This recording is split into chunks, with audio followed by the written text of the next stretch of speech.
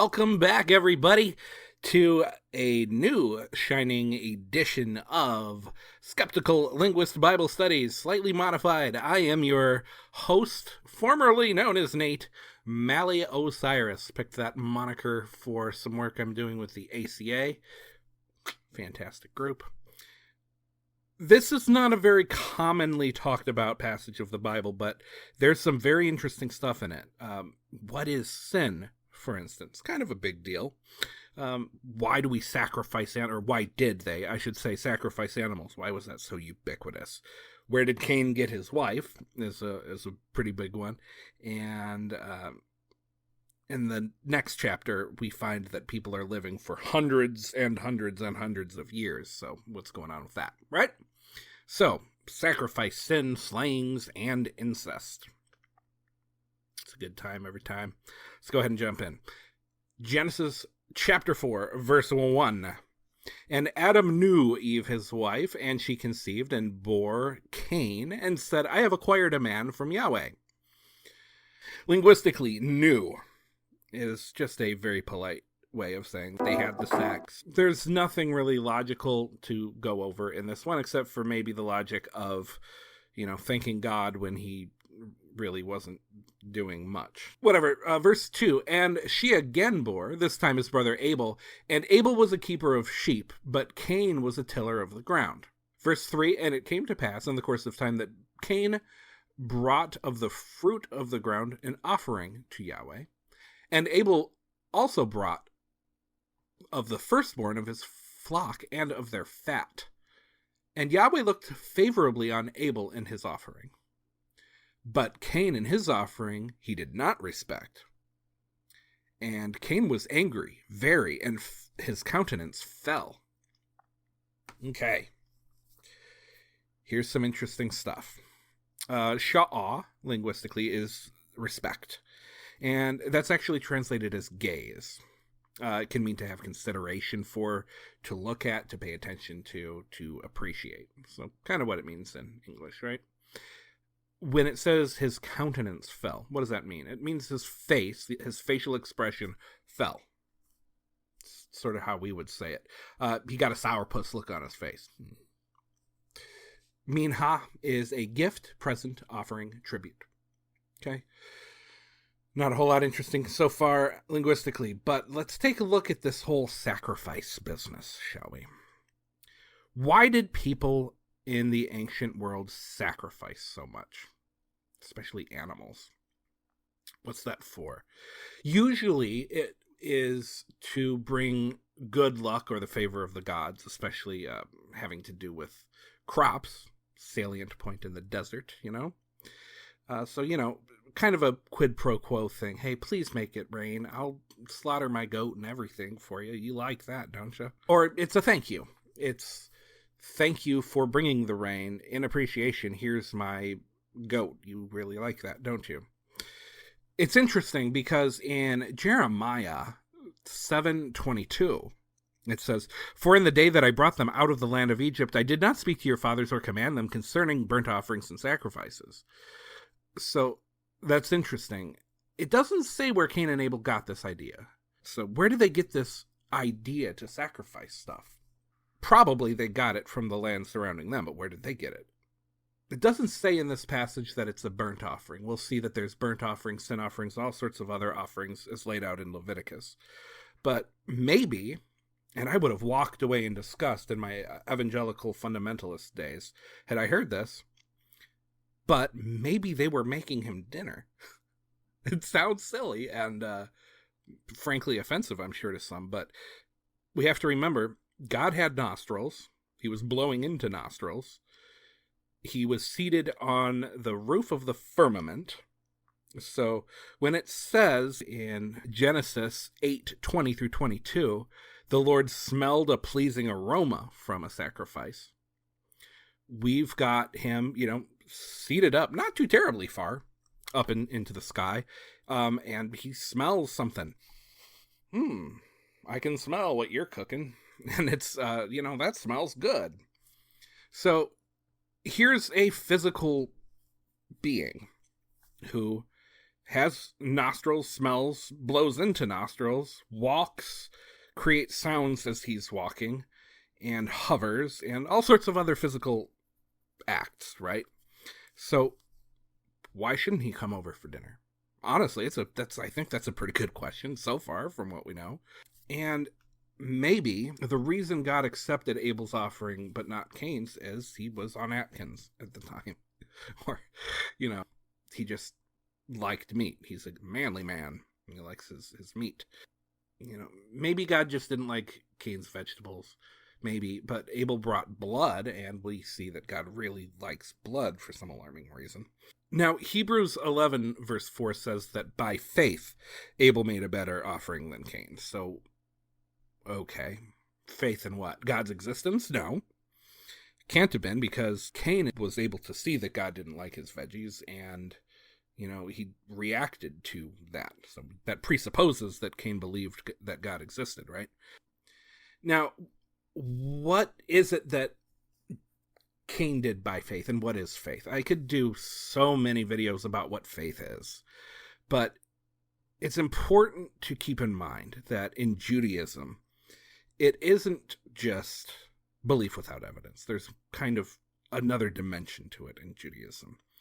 So the idea in Judaism is, since God breathed into us all this life, we have within us an aspect whereby we can live, and that is the breath of life that God breathed into us. We can sort of latch onto that and live through that. That is living through faith. It's sort of like that Native American legend. You have two wolves inside of you. Which one wins? The one that you feed, right? So maybe that's what was going on there. Cain was operating from a spiritual place of gratitude and generosity and goodness, whereas Cain was doing something out of a sense of duty. If that's the case, it wasn't a better physical sacrifice. It wasn't that God likes meat and doesn't like vegetables, but maybe it's just about the attitude, the intent with which it was made. On to verse 6. So Yahweh said to Cain, "Why are you angry? And why has your countenance fallen? If you do well, will you not be accepted? And if you do not do well, at the door sin lies for you, and its desire is for you, but you should rule over it." Here we go. Sin. Linguistically, do well. If you do well, will you not be accepted? Do well is to be pleasing. No problem. One interesting bit here is at the door, patach, from a word meaning doorway, which is interesting because they didn't have doors back then. But no problem. It could mean just opening, or somebody was writing this later on. Of course, God isn't going to talk about doors to somebody for whom there are no doors, right? No problem. Transliterated, right? Cool. Lies. Sin lies in wait for you, or lies for you. This word can mean resting, as in at a meal, or it can mean lying down or stretching oneself out or crouching. A lot of people kind of think of this as a tiger crouching ready to pounce, and I think that's probably one of the two best translations. So roughly translated here, transliterated, I should say. Isn't it true that if you please me, I will accept you? If you don't please me, sin is lurking at the doorway, ready to pounce on you, and you should win that battle. Or is it in the entryway already? You've let it into the entryway, and it's now there resting. I don't think that works, because its desire is for you. What is its desire? It wants to consume you. So probably crouching, ready to spring like a tiger.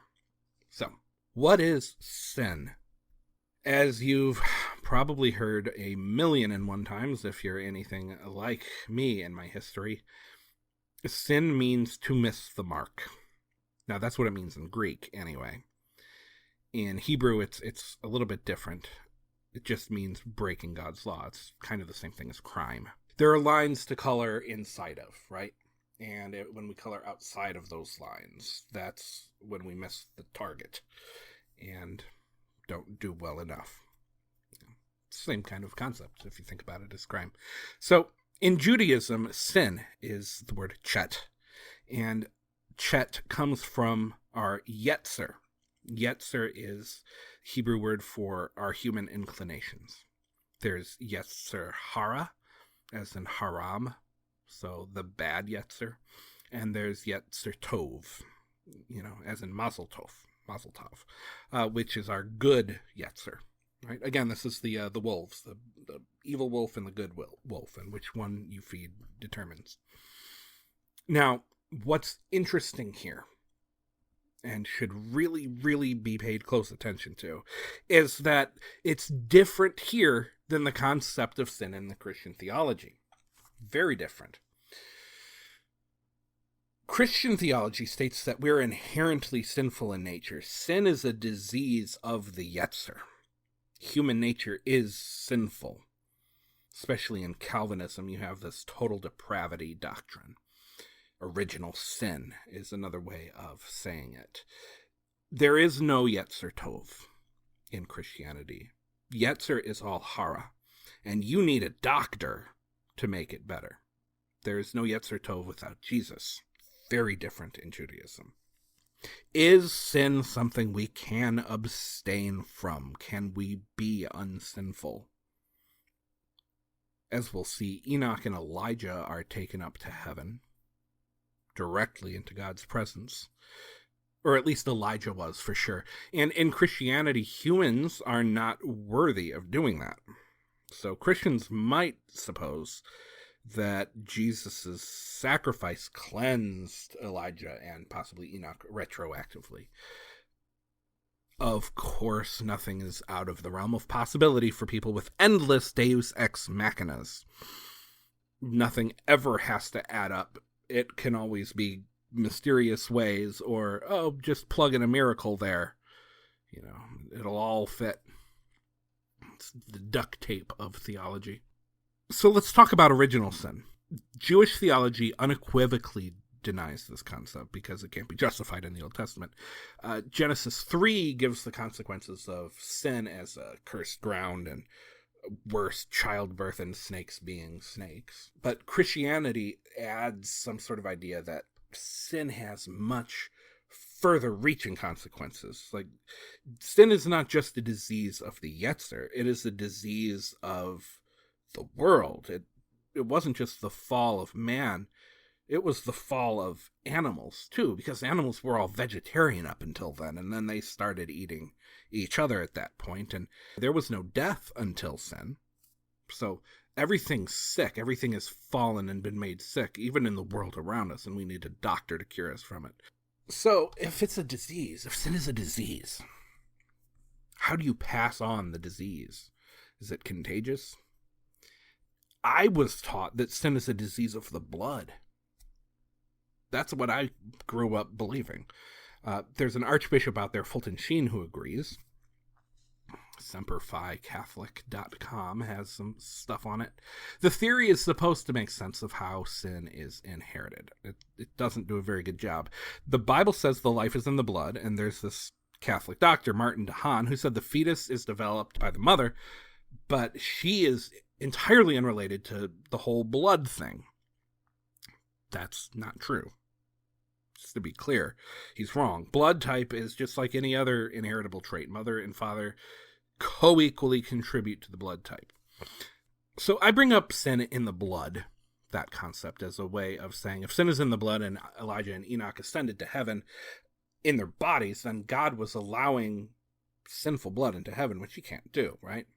So Deus Ex Machina number 1, God cleansed their blood retroactively. Deus Ex Machina number 2, God translated their bodies. Judaism at least tries to not have these kind of logical problems, and I appreciate that about Judaism. It becomes impossible to object to anything in Christian theology because you can always just slap on the duct tape of miracles or, mysterious ways. It's a problem Jews at least try not to have. But if we, as seekers, are going to try to figure out what's going on, we're going to have to use logic. there's no way to be responsible seekers unless we are seeking. And we can't be seeking unless we're using the tools at our disposal, which includes logic. So, faith, sure, we can discuss having faith. Maybe that is a way to get to the truth. I don't think it is, for other reasons, but in order to have faith, you kind of have to first believe that what you're having faith in is faith-worthy. And in order to do that, you have to do some amount of logicking, unless, of course, you just never question what you're told, ever. So, sorry, folks, we're going to have to hearken onto logic on these things. So, that being said, we can be relatively certain that, logically speaking at least, sin is not a disease of the blood. Okay, we're going to move forward with that assumption. But okay, even if sin is not a blood disease, there's still this concept of original sin. But since we're in the Old Testament here, and the Old Testament doesn't justify the concept of original sin at all, we can, and we should, and we will now forget about original sin. And to underscore this, here is a Jewish argument against original sin. And I'm going to read this. The Christian doctrine of original sin is profoundly hostile to the central teachings of the Jewish scriptures. The Torah loudly condemns the alien teaching that man is unable to freely choose good over evil, life over death. This is not a hidden or ambiguous message in the Jewish scriptures. On the contrary, it is proclaimed in Moses' famed teachings to the children of Israel. In fact, in an extraordinary sermon delivered by Moses in the last days of his life, the prophet stands before the entire nation and condemns the notion that man's condition is utterly hopeless.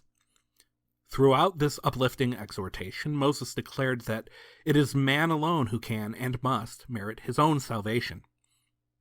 Moreover, as he unhesitatingly speaks in the name of God, the lawgiver excoriates the notion that obedience to the Almighty is too difficult or far off.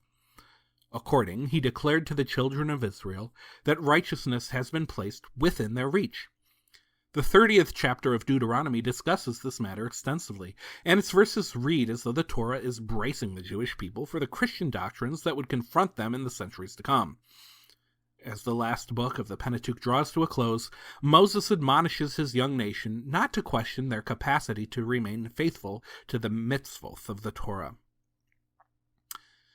If you will hearken to the voice of the Lord your God, to keep his commandments and his statutes, which are written in this book of the law, if you turn unto the Lord thy God with all your heart and with all your soul, for this commandment which I command you this day is not too hard for you, neither is it too far off. It is not in heaven that you should say, who shall go up for us to heaven and bring it to us, and make us hear it, that we may do it?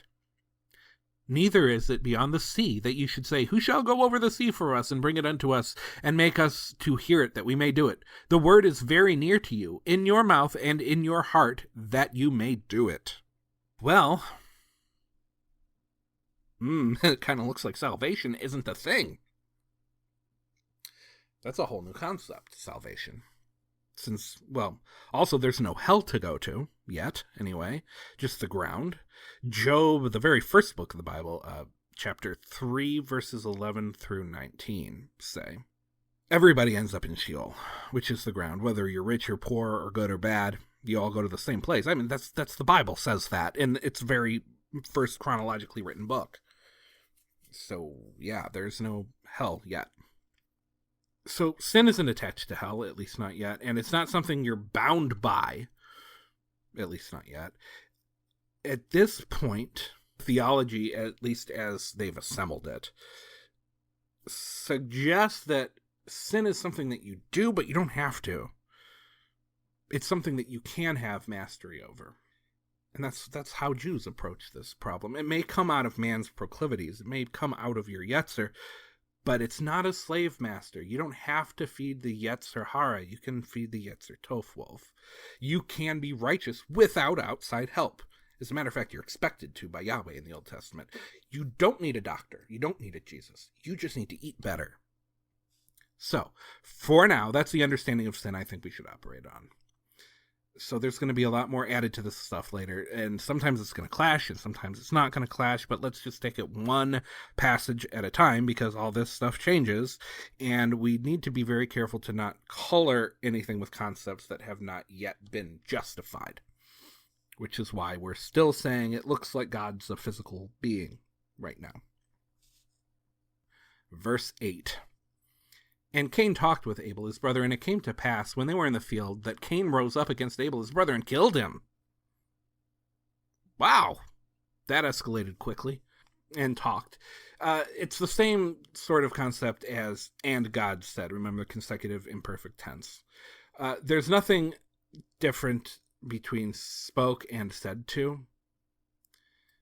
Wyomer and spoke. Cain. El Hebel with Hebel, Abel. This isn't pertinent to the narrative, but just in case you're keeping your eyes on the Hebrew and didn't happen to know anything about the Hebrew. I don't speak it either, but I know enough about linguistics to see these kind of things as they come up. And if anybody sees anything that I'm missing here with the Hebrew, just let me know. Just a little interesting grammatical sort of thing. And it came to pass. Way high. This is a decent way to translate it, and it came to pass. Maybe "and then" would have worked.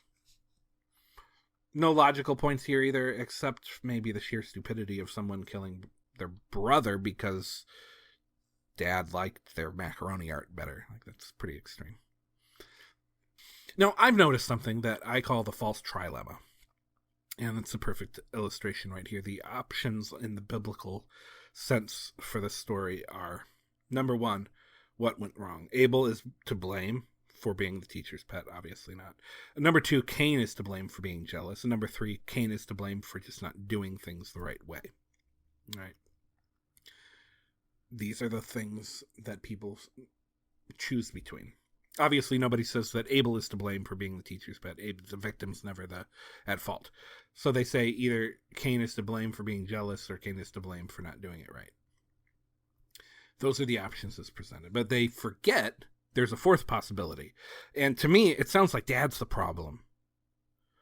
What the fuck is even happening in the first place?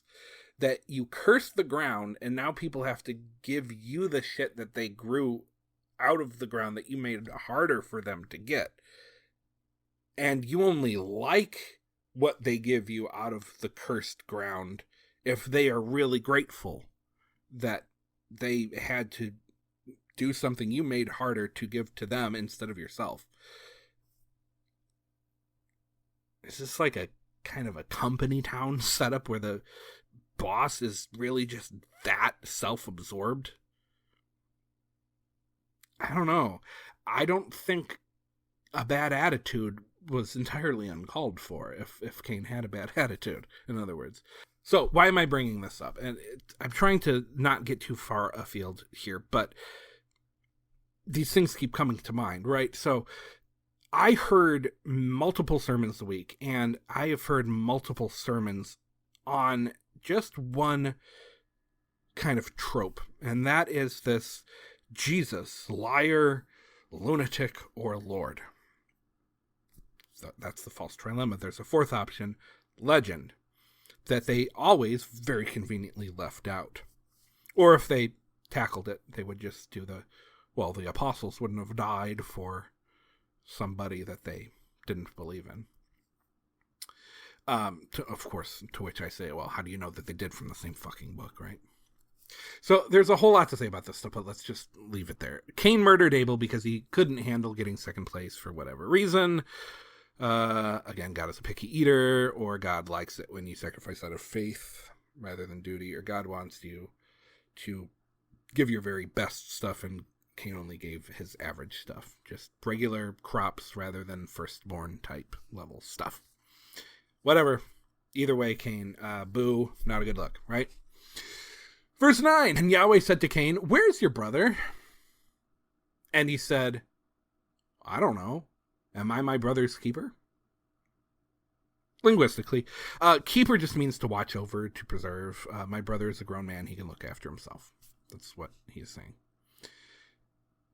Logically, again, it just kind of bears continued repeating, if Yahweh is incorporeal and everywhere, he knew he wasn't fooling anybody if he thought he could lie to this being. If Cain thought he could lie to this being, clearly he thought that the being's perceptual powers were somewhat limited, somewhat less than omni, which is a conclusion you would probably come to if the being you're talking to is a physical being. That all sort of lines up with this. Yahweh is either directly talking to Cain or he's using some kind of avatar type thing as an interface, and Cain just doesn't know how this shit works, right? And, of course, his parents were the ones that were trying to hide in the trees, so it's not like they knew to teach him about God's perceptual powers. No. Yahweh is a guy here. I don't see a way around that. If you do, let me know. Or, maybe, and bear with me here, maybe this was all make-believe. Maybe this is all just, we shouldn't be worried about how the jackrabbit got stuck in the tar pit. All right. Just take this whole thing as a fable. But the New Testament pulls on this stuff for doctrine. And this doctrine becomes a major political force. So we need to figure out what's going on. If the world defers to the United States, and the United States defers to the evangelicals, and the evangelicals defer to the New Testament, and the New Testament defers to stories about Cain and fucking Abel, we might be doing something mighty good if we pull the thread and see if it's connected to anything at all on the other end, right? Right. So, verse 10, and he said, what have you done? The voice of the blood of your brother cries out to me from the ground. Linguistically, there's nothing too much to note other than that blood doesn't actually have a voice, so it's not meant to be taken literally. Please don't be pedantic. I'm a linguist, not a pedant. Pedant. Verse 11. So now the earth is cursed from you, which has opened up its mouth to receive the blood of your brother from your hand. Linguistically, cursed from the earth. What does that mean? Is the earth cursing Cain? Or is Cain somehow forbidden from the earth? Let's read on. Verse 12. When you till the ground, it shall no longer yield its strength to you. A fugitive and a wanderer on the earth you shall be. Till means what it means in English, to work, to cultivate. Its strength, its potential, its might. So basically this is saying when you work the fields, you're not going to get great results. It's not going to give you what it could otherwise. It's potential. A fugitive and a wanderer is an interesting thing in Hebrew. To tremble, to wander, plus wander, again. In Hebrew, na we nad. Repetition of the single meaning here, making it more like you're going to wander and wander, or go to and fro, or you going to stay trying to make ends meet, that sort of thing.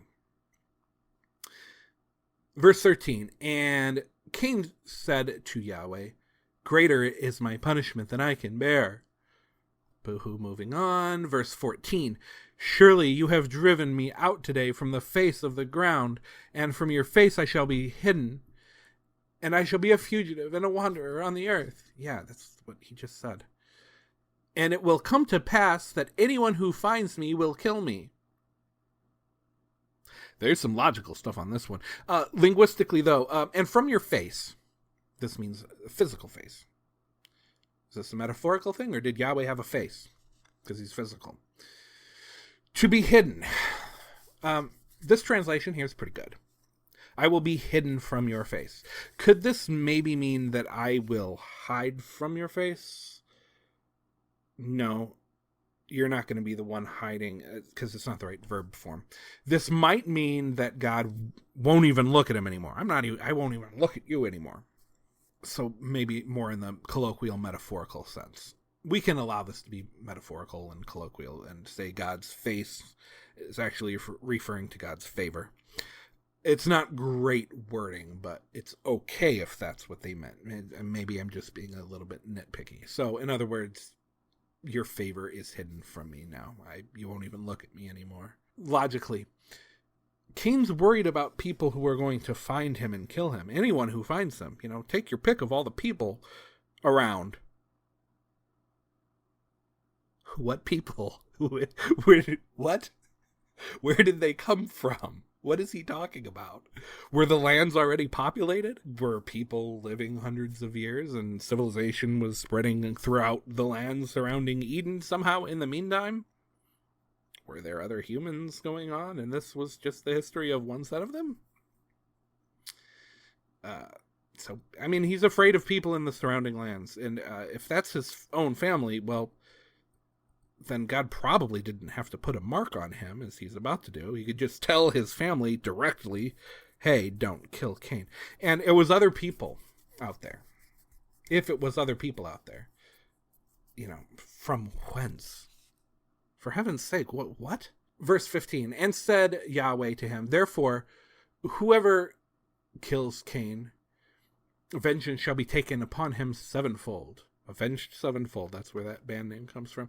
And Yahweh set on Cain a mark, lest anyone finding him should kill him. All right, all clear, except for the mark. What was the mark? Well, some kind of sign, whatever that means, right? Or token, maybe a badge or a branding. It's exactly as unclear as it sounds, basically. There's a few different ideas. Cain was the first black man. That was the punishment. The slavers really liked that one. No reason to put that misstep at the feet of the Bible. It's just humans being stupid. Other wild guesses include that Cain grew a horn. Cain got a dog. Cain had God's name stamped on his flesh. Cain had leprosy. He grew bald. He grew horns. Just anything, horns plural. Anything, everything. It's complete speculation. Everybody's trying to guess, and there's literally nothing to help us. So whatever the case, it was some kind of sigil that said, back off. Presumably it was something visible, or it wouldn't help all the people around, all the nations of the earth that came from nowhere to know and to back off. Sevenfold, as in avenged sevenfold, is an interesting thing. The Hebrew numbers are often used to convey non-literal meanings, and we'll see more about that in the next chapter when it talks about 100-year-old people. Now, this is fun stuff if you're a linguist or interested in language. So, it means multiply by 7. That's what it literally means, multiply by 7. And, of course, they're using this colorfully, but we get here our first taste of the Hebrew obsession with 7. And we're about to see its counterpoint in mystical Woo Land. Good old neighbor 6. And why was 6 afraid of 7? You wonder. Well, maybe because 7 is running around setting the world on fire. I don't know. But we'll get to that stuff soon enough. Basically, God marks Cain in some way that lets people unknown know to back off. He's protected. If anybody hurts him, they'll have the full fury of Yahweh to deal with, assuming that they can't hide from Yahweh and his limited perceptual powers. And Cain went out from the presence of Yahweh and dwelt in the land of Nod, east of Eden. Linguistically, the land of Nod, this word seems to be related to the word for Cain's wandering. Na-wa-nod, right? Meaning the land of wandering. Might have been named after him, the land of the wanderer. Nobody knows where Eden was, or if the world is the same now as it was back then, or any of that. Presumably not, right? No information is here in this passage that's worth preserving, which kind of forces, yet again, why they bothered to preserve it. So the rest of the passage is the genealogy. So verse 17, and Cain knew his wife, and she conceived, and bore Enoch. And he built a city and called the name of the city after the name of his son Enoch. So where did Cain get his wife? A lot of creations say it was his sister, and they just didn't talk about women who were born. They talked about some of the women who were born in Genesis 5, so I'm not so sure about that, but maybe that's what it was, or maybe there were people from the land surrounding. the idea that I heard was that you had a bunch of DNA tightly packed in. It was the DNA for all the races of the earth. And, incest only became bad and deleterious the more narrowed down you got things.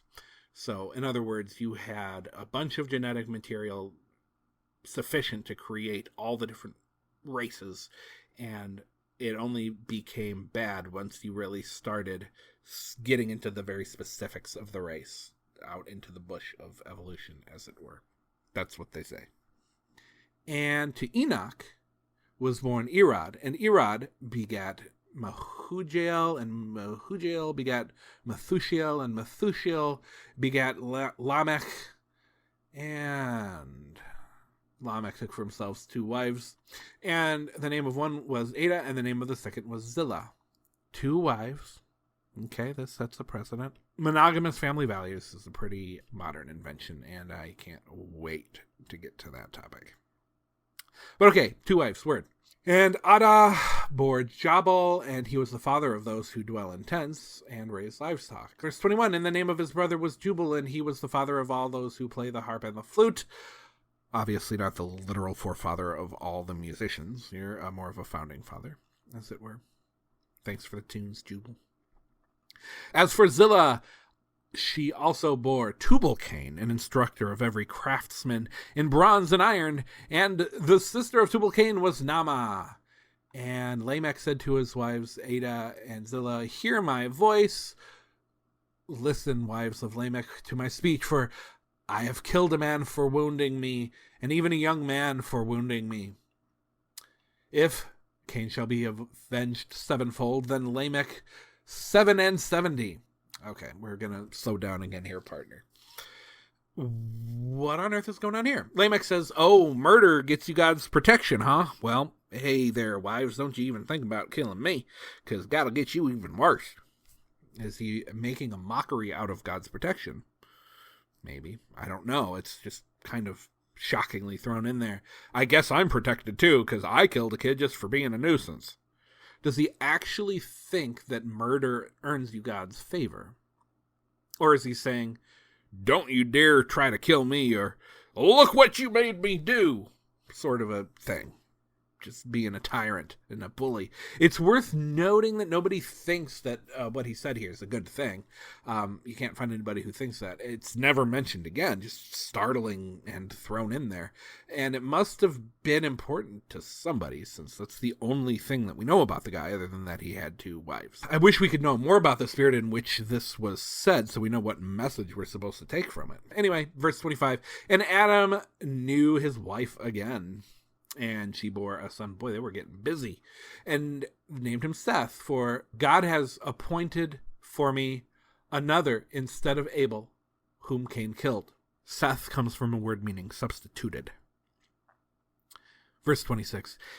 And as for Seth, also was born to him a son, and named him Enosh. Then the men began to call on the name of Yahweh. Call upon the name of Yahweh. What does this mean? I could get into the nitty-gritty of it, but maybe just trust me on this one. This is saying that this is when people knew the name of Yahweh. That's when the name came out. Really quickly, we're going to go through Genesis 5 to the best of our very quick ability. And you know what? I'm not going to read all of this stuff, because there's a whole lot of this was born, and then that was born, and then blah, blah, blah. So we'll see that the rest of this passage really goes nuts with the long lifespans. I couldn't find this theory on Answers in Genesis, but I believe it was them that used this canopy theory. And that's the theory I was taught growing up, and I thought it was Answers in Genesis. The theory is basically that the firmament, the ball of water surrounding the earth, blocked much of the solar radiation, and this allowed humans to live longer lives.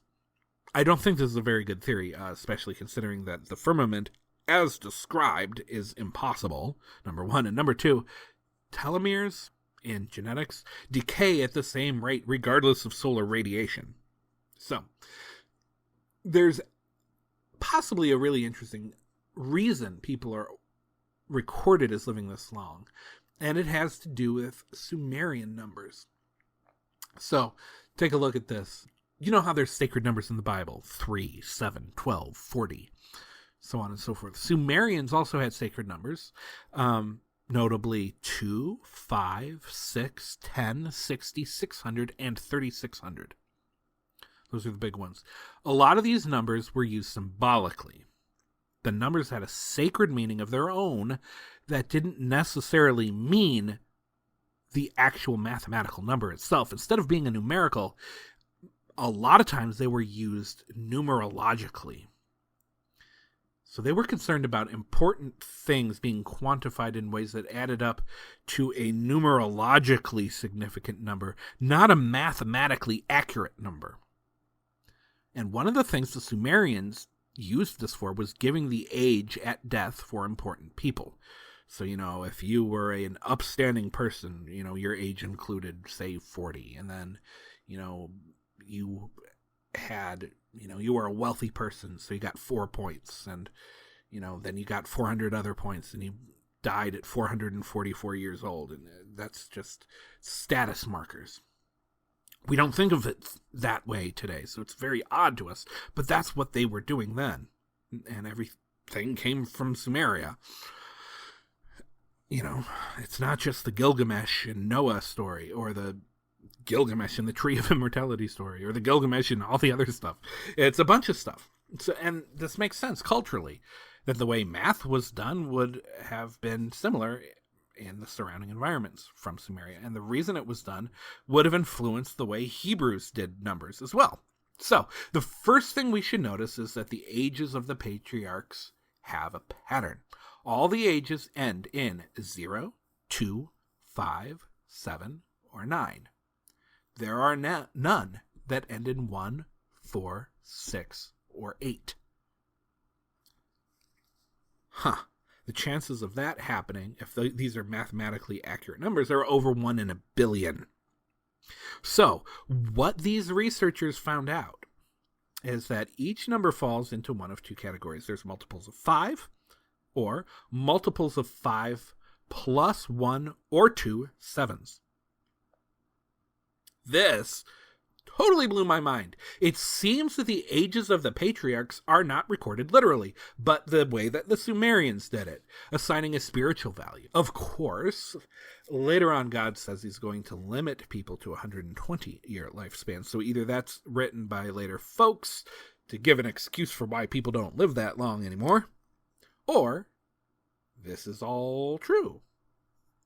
We can't prove it's not true. It just kind of stretches the credulity of, the human mind to the breaking point and beyond.